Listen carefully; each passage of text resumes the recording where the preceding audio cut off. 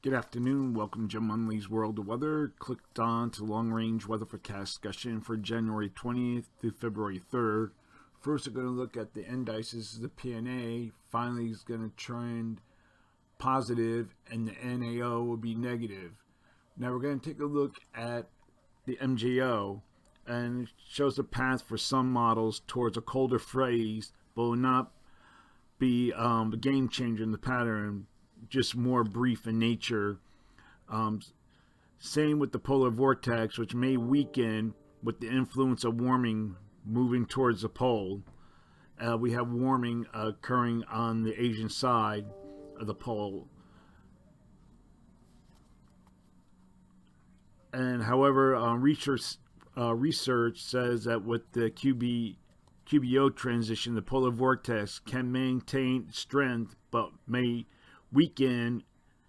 could weaken, and that could during February, and that could allow for a more significant event to occur.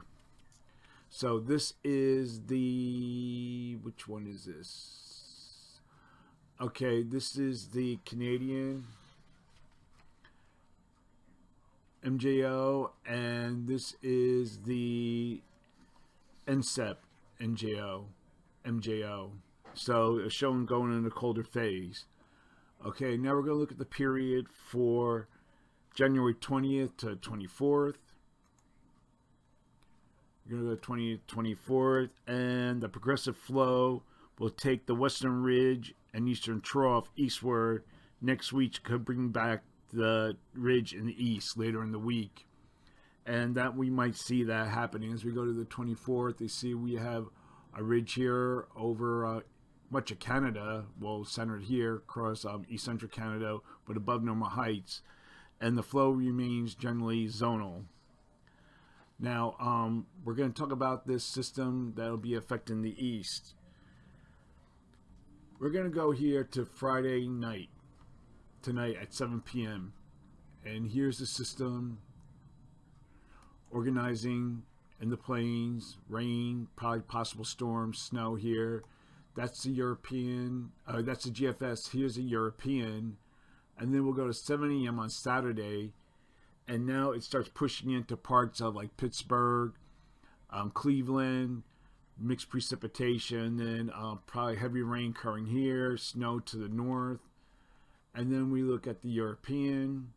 Not as a little slower bringing in the precipitation, a little lighter, maybe mixed precipitation moving in to areas like Pittsburgh and Cleveland.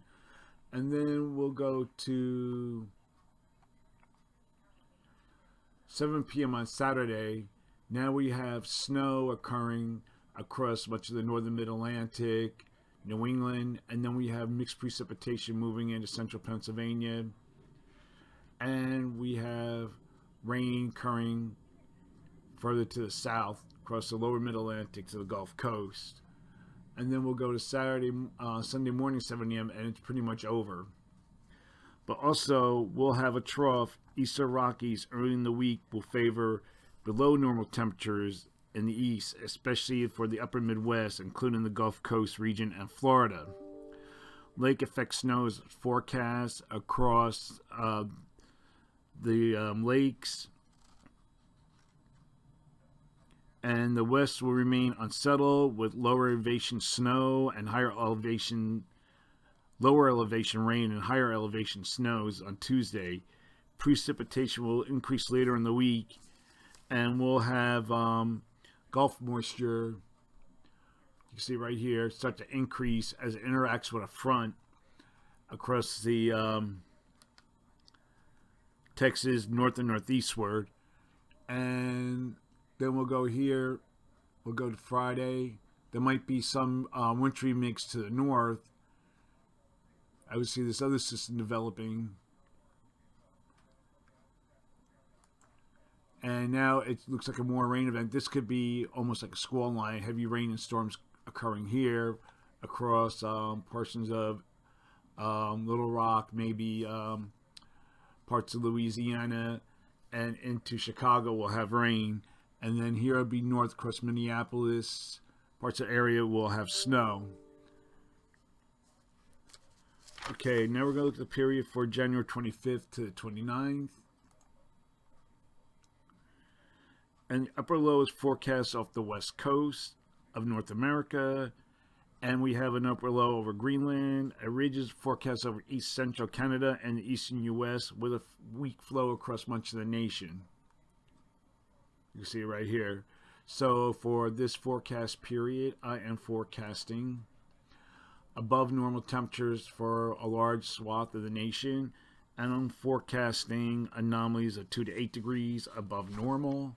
For precipitation, calling for below normal precipitation for this region, and the probability of occurrence is 35%. And we have above normal precipitation for this region here, and the probability of occurrence is 35 to 40%. Going ahead and look at the period for January 30th to February 3rd. We have a trough forecast in the southwest, a ridge forecast over east central Canada and the eastern U.S. So for this forecast period, I am forecasting below normal temperatures for this region, with the anomalies of 2 to 6 degrees below normal, and then we have above normal temperatures forecast east of the Mississippi River, with the anomalies of 4 to 6 degrees above normal. And for precipitation, calling for below normal precipitation across this area here, and the probability of occurrence is 35%. That's the long range weather forecast discussion for January 20th to February 3rd. Thanks for coming Jim Munley's World of Weather, and have a good day.